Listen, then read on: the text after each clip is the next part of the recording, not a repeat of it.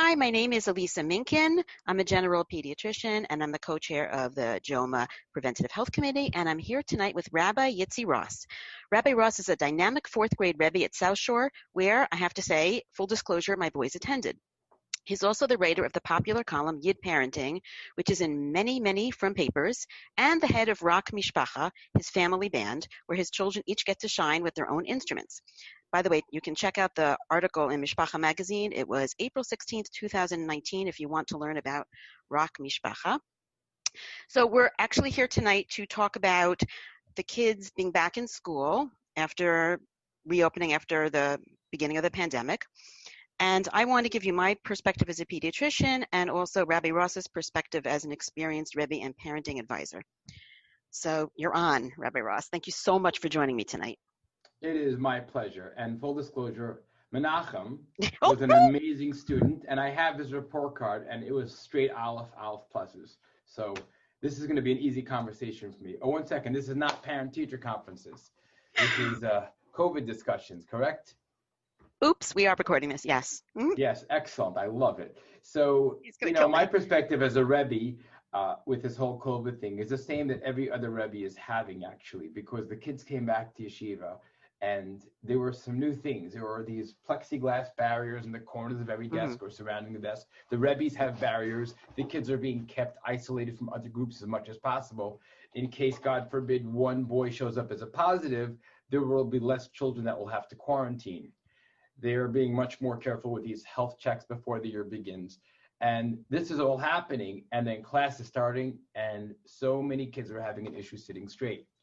And naturally, everyone's blaming it on the virus. So I wanted to, first of all, tell everybody, it's not true. As they would say in Hebrew, lo hayav lo never, that is not why the kids are not focusing. So there's something else that parents and educators have to understand, which is we have trained our children, we as a society have trained our children to sit in chairs for 7 to 9 hours a day. So when they're in kindergarten, they have circle time for maybe a half hour to an hour. Then in pre-1A, they're in the chair for an hour and a half to 2 hours. By first grade, they're in gaps of 2.5 hours, multiple times in a day. And when they hit fourth grade, they can sit in their desk for very extended periods of time. Contrast that with parents who are not capable of sitting in their chair for more than 15 or 20 minutes. I mean, look at the Rav's Drasha on Shabbos. You see the men are antsy and moving around. And then when we have back to school night, the parents can't sit still. So what is it? So we've trained these children to sit still. Is it a good thing? I'd assume so. How else are we going to teach them? The problem is every single summer, there's a 10-week break. And during that 10-week break, the kids revert back a little bit and forget. So for the first few days back in yeshiva or school, the kids have to relearn to sit properly. Well, now the kids had a 6-month break, and they have reverted back to very early years, and many of them are having a very difficult time sitting. So naturally, we're blaming the elephant in the room, which are the plexiglass and the masks. That's not what it is. They forgot how to sit. The virus is not having an issue with their focusing abilities. It's having an issue in other ways. So if you're going to tell me a child's having mental issues and he's, scarred because of all this stuff going on and people getting sick and quarantines and masks, I understand that, and we can discuss that. But the fact that many of the children are having issues sitting, and I've heard many people discussing this in different venues, on newspapers, in the radio, I have seen articles, many people are emailing me, what should we do? We just got to give it time. And we're lucky because we have a break. We have the Yom Norom showing up, and because of those Yom Norom, the kids get a break, and then we get to go back into it again. So I'm guessing that Emir Hashem, after Sukkot, the kids will really jump right back into it. So that's the first thing I wanted to clear the air and say, the kids are not being affected psychologically because of the masks. It hasn't affected my class at all. The biggest issue I have is that I forget to take the mask off when I'm walking around the room. So I have this mask on, and I try to put it on the right way. I'll go like this. You can hear me clearly, a little bit muffled because I'm wearing these big headphones. But in the classroom, we don't have a problem. And I'll walk around, and then when I go back to my desk, I don't need the mask anymore. Therefore, I have the plexiglass in front. So they'll say, Rebbe, can you take it off so we can hear you clearer? To be fair also, many of these things that we're doing are not really super necessary which is where a lot of the problems that you had discussed are showing up. So we all know that Baruch Hashem, kids are not getting this COVID as much as adults are, and we're not sure if they're carriers or to what extent. But we also, they're outdoors a lot. The classrooms are large, well ventilated, and they have these barriers in between them, and we're wearing the masks. So there's a lot of layers over here. So if one of the layers fail, we're still pretty good. Right, it's a Swiss cheese. It's a Swiss cheese idea. So the goal is to be as safe as possible. And of course, we have to, some parents are being a lot more strict than others. And, there's been a lot of funny things happening. I was discussing with someone else how I had a boy that was emptying his bottle of, what's that thing, Purell, kept squeezing it into his hands every 3 minutes. So I finally had to go to him, what are you doing? And he said, my mother said every 5 minutes I have to make sure my hands are clean. I said, I don't think that's what your mom meant. She probably meant after we go outside to play. And when I called the mom, she said, I told him every 5 minutes, in case this virus is going around. And I said, that's not what's happening. So we have, both spectrums. Then we have the other parents telling the kids, this whole thing is nonsense. No one's getting sick. It's a conspiracy and everyone's healthy, which is odd because I know people that have unfortunately passed away from this. So I don't know how to explain to them that they didn't actually die. It's actually a conspiracy. So, there's got to be a middle blend over there. And all the educators are scrambling to find that middle ground where we can teach in a safe and secure environment, tell the kids they're going to be okay, and we're all fine. We just have to protect ourselves. So how is it working with those two different kinds of kids from two different kinds of families? I guess it's the same as every other year because, you always have parents, you have the parents that push the kids to learn extra every night, and you have the kids that don't at all. So it's the same with everything else. It's a matter of just being on the same page and trying to make sure the kids understand that whatever it is, we can overcome it. I'm writing an article this coming week that someone wrote into me, this is the worst thing ever. How are we going to deal with this? And I'm thinking, so we had a Holocaust. And, millions of Yidden were killed and slaughtered. A mask isn't going to stop us. This is not the worst thing in the world. And those of us that are making it into like this, we're wearing masks, how are we going to survive? The way I feel it is, I was in the store tonight and I wore a mask. And I was thinking, I don't have a cold. I don't have any symptoms. I haven't been near anyone with symptoms. But it is a 0.001% chance that I have this, and that sweet old lady walking by me, I don't want to get her sick. How could I do that? So it's just from a Jewish perspective, we're supposed to have an extra amount of empathy, and I don't understand those that don't wear masks. So I started off my year by telling the kids, a lot of us are coming from different angles. I said, how many of your parents are very worried about this virus? And a bunch of boys raised their hands. My uncle was sick. I said, how many of your parents think it's not so serious? And a bunch more hands go up. I said, how many of you don't know what I'm talking about? And the third group raised their hand. So I said, okay, so we're going to forget everything we learned at home, and we're going to discuss our classroom and what we're going to do in our classroom. I don't call it rules, but I say, here are the standards of our classroom. We're going to try to keep the mask on whenever we're walking away from the desk. We do not have to wear a mask going by our seat unless I'm walking around. If I'm walking around to you guys individually to tell you things, please put the mask on just as a double barrier. If you forgot your mask, I have extra mask. If I forget a mask, please tell me I forgot your mask. And the boy said, will you be upset? I said, if I came in and my zipper was down and you said, Rebbe, XYZ, would I be upset at you? No, I'd say, thank you. Same thing with the mask. I do forget, I'm human. I'll forget to put a mask on. You'll remind me, I'll put the mask back on. And to be brutally honest, I have forgotten a few times. You're teaching, you get up and you run to the other side of the room to say exciting about the Chumash, and you forgot the mask. So I have an extra one in my pocket. I have one hanging. The yeshiva gave out these masks, little like things to hold on to it. And it's been working, Baruch Hashem, very well like this.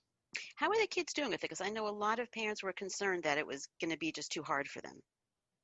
So again, I don't understand those concerns. I'm blown away. Many people have been asking me if we're putting too much on these kids. Mm-hmm. They're kids. I mean, I have seen my child successfully debate bedtime for 3 hours straight when he was overtired as it was. And they're pretty resilient kids. We don't give them enough credit. Mm-hmm. I don't think this is such a big deal. I'm going to tell you something that's going to shock you. On Shabbos, and I hope this family is not, maybe it's good for them to watch this.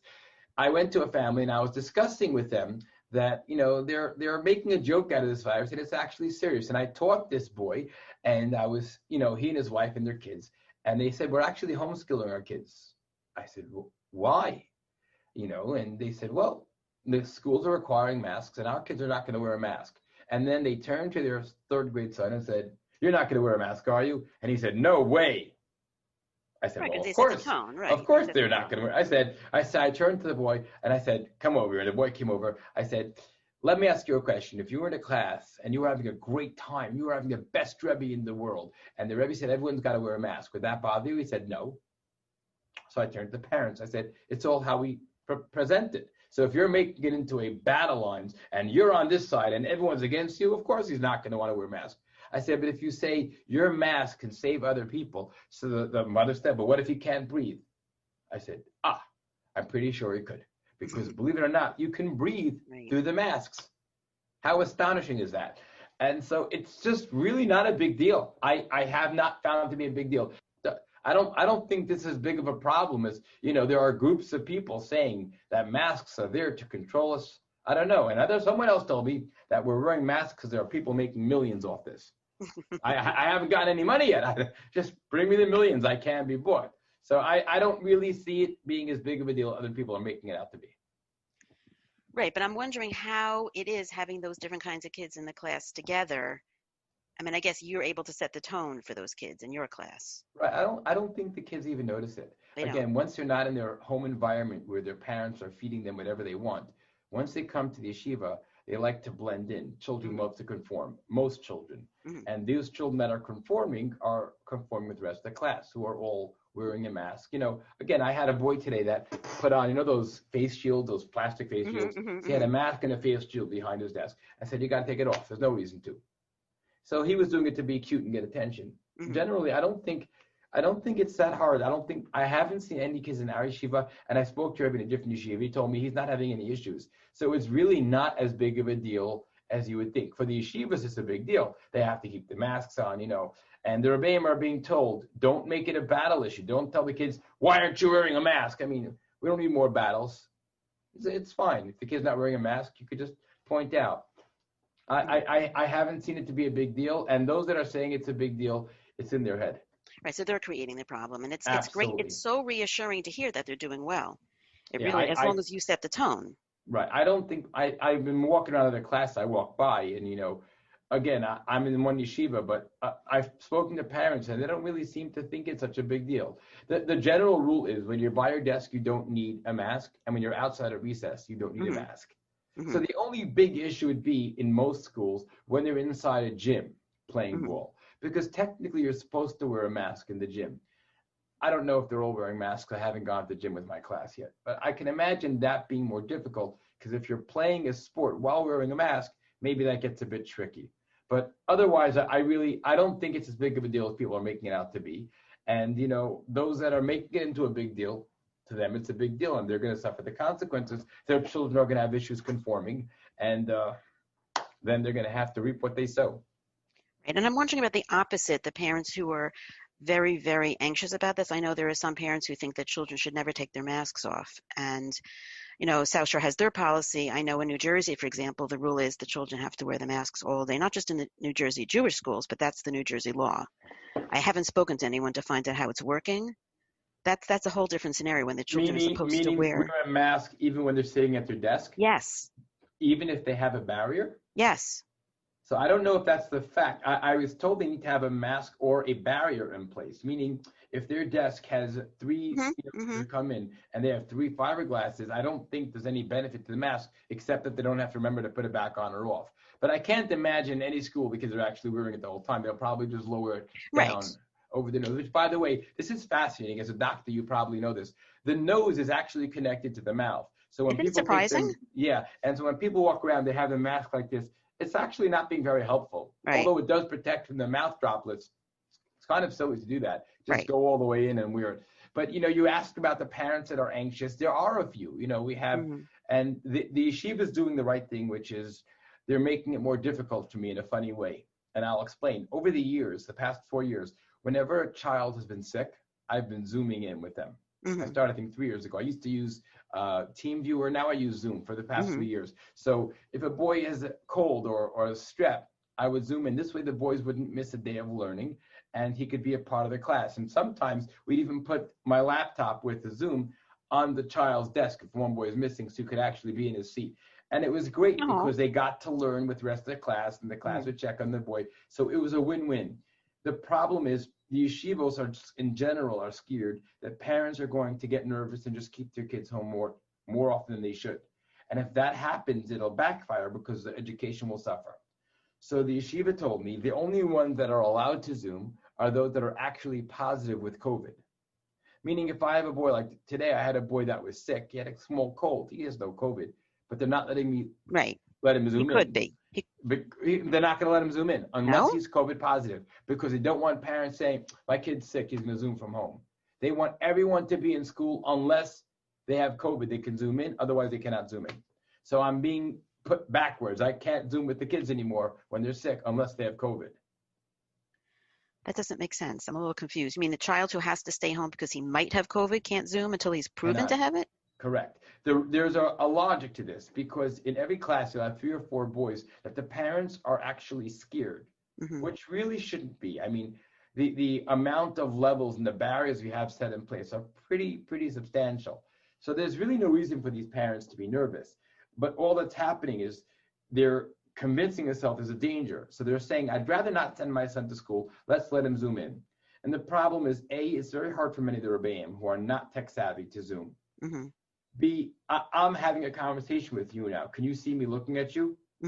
Because I'm doing it right. But many people Zoom like this. They look at the screen. And when that happens, it's very hard to stay focused.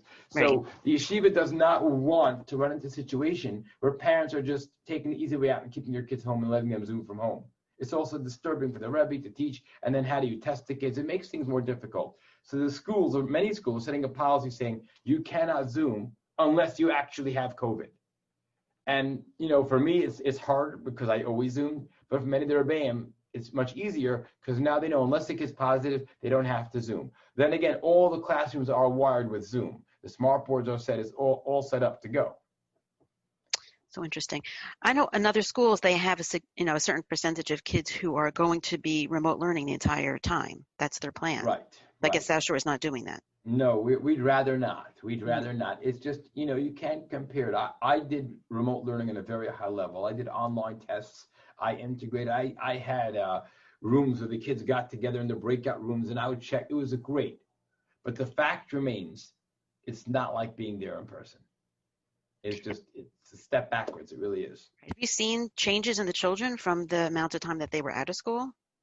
Well, socially? I remember I got the next class. So I can tell you that after the virus is starting to, it was slowly pulling away from us like a month or 2 ago. It's been getting worse in our area, unfortunately. But I did have all the boys from my last year's class get together with me more than once. We went fishing together. We had a barbecue together, again with, you know, face masks whenever possible. And I took them to the batting cage. And I think almost every boy showed up except for one to most of these events.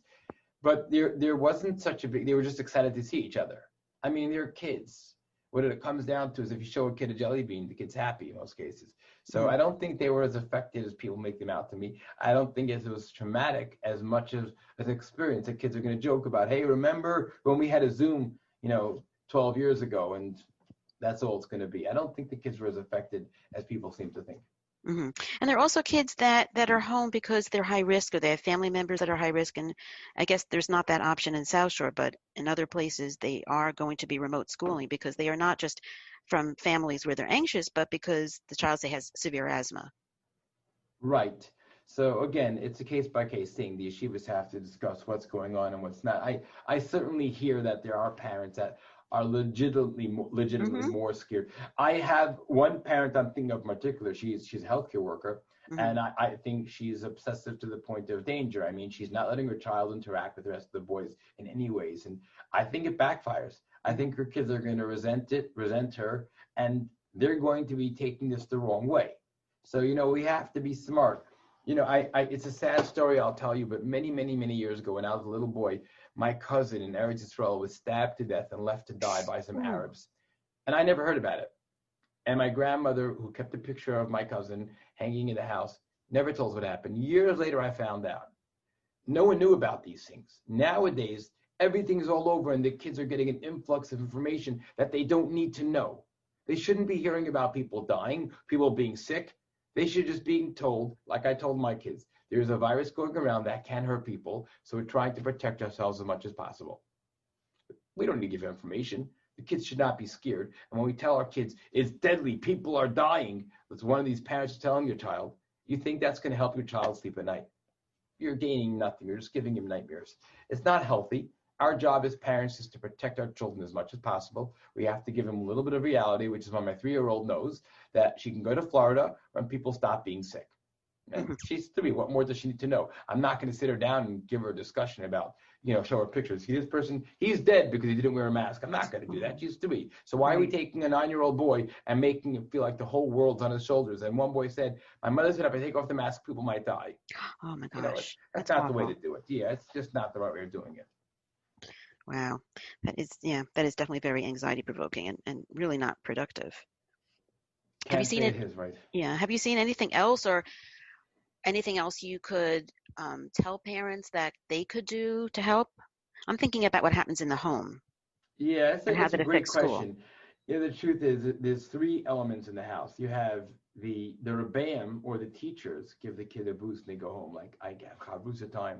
Mm-hmm. Then you have the parents that are home, and then you have the parents that are not home, which in many families, they both have to work. So I don't know what goes on in these houses. I would like to hope that parents are all treating this the same way, which is taking it as serious as possible without making it into the deadly virus it is to our children. Because like I said, our children don't need to hear it. It's just very simple. We should be telling our children in an age-appropriate way that we're wearing a mask because we want to protect other people, and saving a life is like saving the world. And even though masks are comfortable, and even though their neighbors are telling them it's a waste and they're not helping, who knows? There's a chance it could help save someone's life, and we'll take that risk. I'm not telling my children they're in imminent danger. When my kids get a cough, I don't get nervous and run and call a doctor.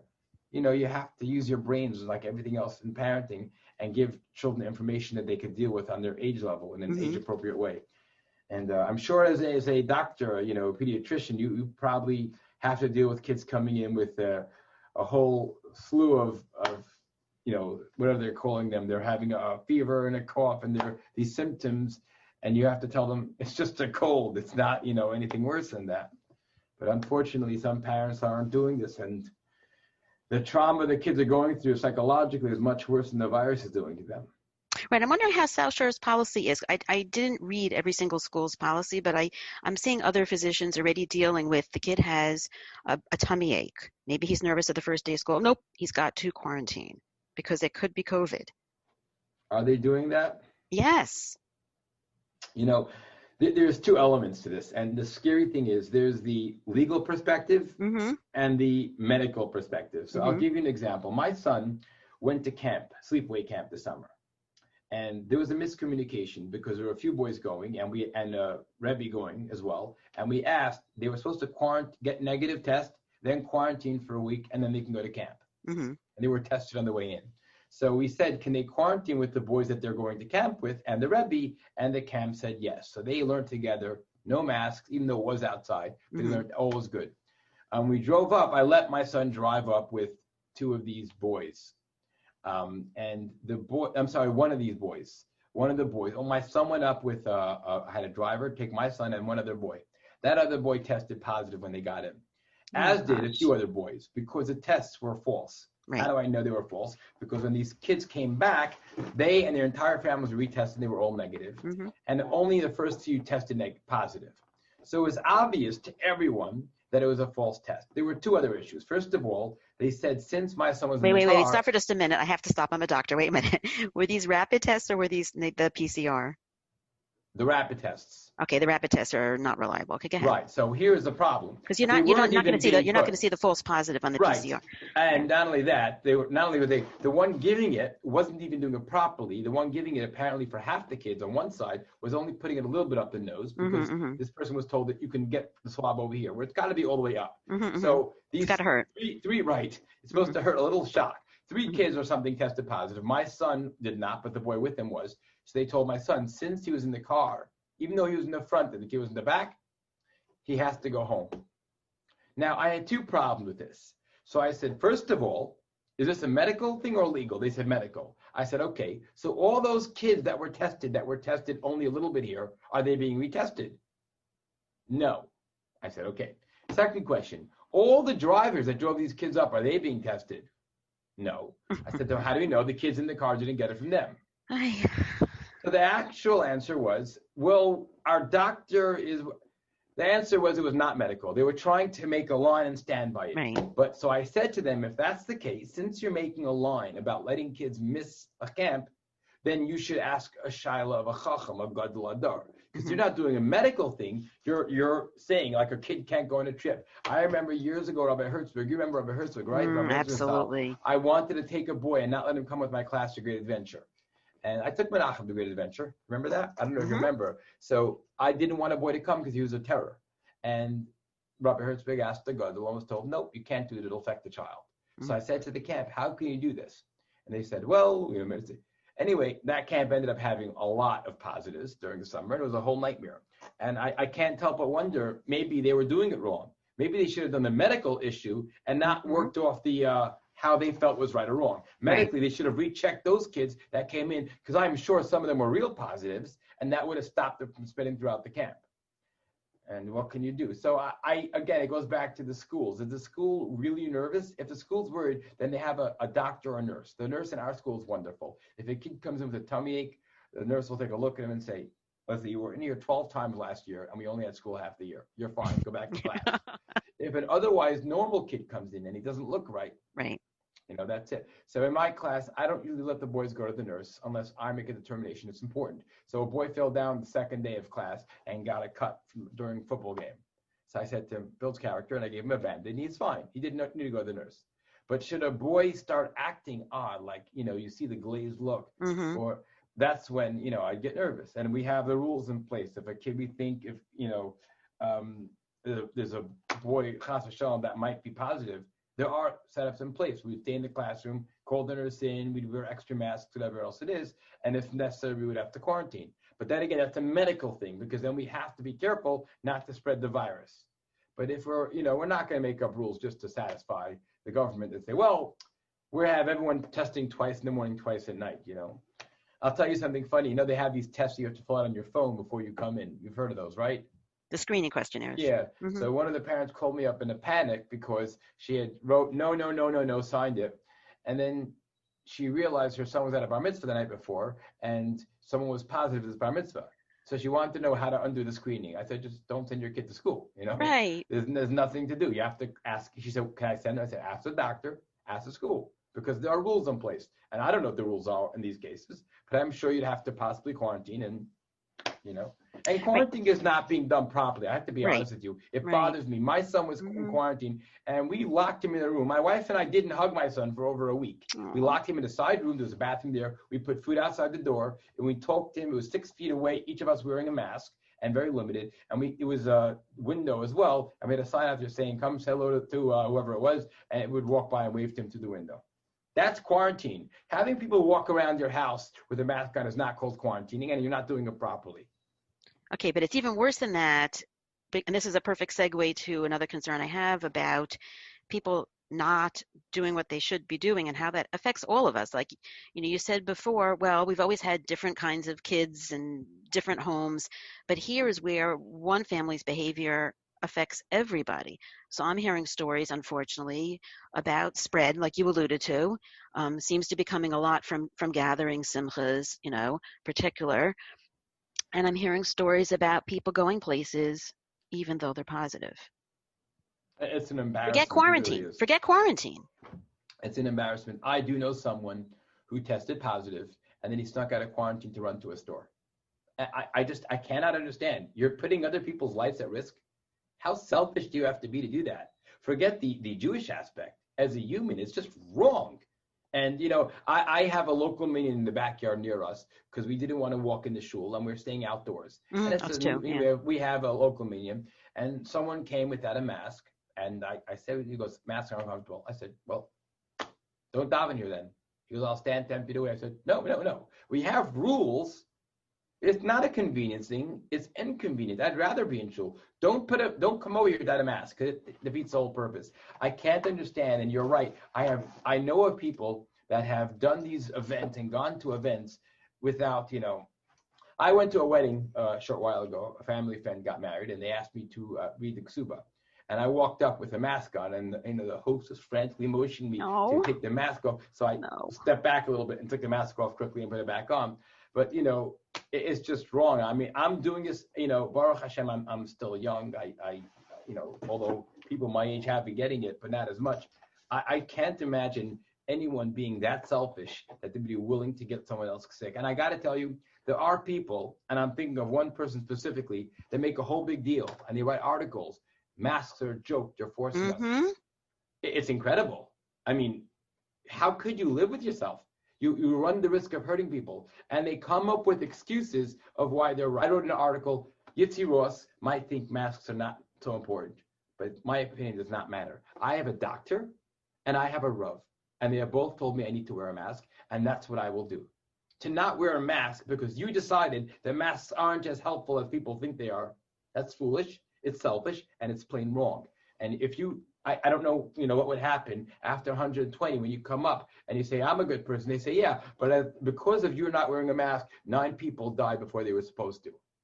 So what people are saying, and I just want you to hear this because they're saying, but nobody's dying anymore. They did die, and now they're not. So now the virus they think is weaker. There's no evidence that the case. Lots of people may be getting it, but they're really not getting much symptoms. And they say, okay, well, why can't I go someplace because I feel fine? It's just a little cold, or I don't have any symptoms. So if I'm fine, why should I worry? Why should I ruin my life? It's a fair question, because in the beginning, people were dying, and many of the people were dying, because doctors did not know how to deal with this. And there was no room. There were no room in the hospitals. Mm-hmm. So now that we have room, granted, there are less deaths, but first of all, one death is too much. Exactly. And second of all, we aren't even sure of what's going to happen to those that had this virus. So, right. For example, someone had it, and I know someone had it, and he cured, but he told me he still had no sense of smell or taste, which is horrible. Someone else I know, he feels his breathing isn't this good. We don't right. know how long the symptoms might go on for years, not right. for the rest of your lives. Right, so they gave it a name. It's called the long haulers. Yeah. Yeah, I can't understand if there's, if they told us, I like to say that death is inevitably a part of our lives. So if we, for example, said, you know what, a good way to stop people from dying in car crashes is to stop driving. That's like with that 16-year-old global warming girl, Greta, whatever her name is. Right, Thunberg, she was like, stop the world. Right. Only use electric cars, although many people are working in mines to mine these batteries. Stop the world to save people's lives.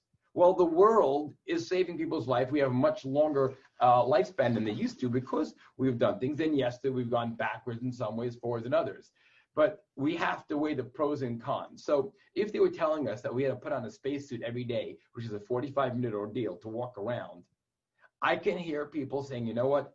Is it worth the hassle? Because maybe we should just tell those people stay home. We're being asked to wear a mask. Right. It's crazy. I mean, it's not that big of a deal. And I told you, I do have breathing issues. I get short of breath quickly.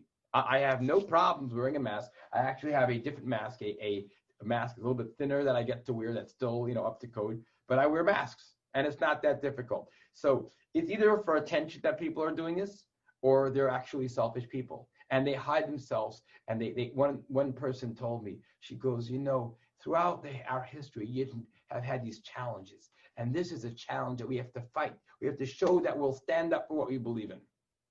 I have no response. I mean, it's just like, my kids, when they're little, they really enjoy the feeling of having a diaper that's full. It's a warm feeling. I know we haven't done this for a while. But if you would ask my 2-year-old, he'd say, what's wrong with a dirty diaper? It feels good. I don't see a problem.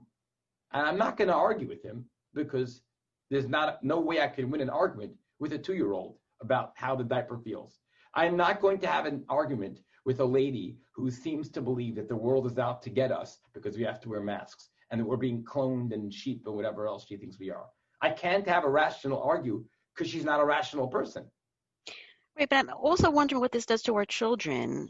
when our children see us not doing the right thing. I mean, our children, not your children, not my children. These parents are going to have issues with their kids because they're telling their children everything is a hoax.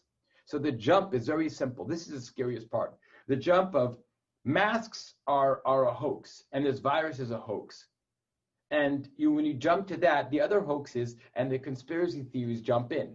So believe it or not, I was reading a fascinating study online that I think it was 27% of people that think that COVID is now a fake virus and is not real.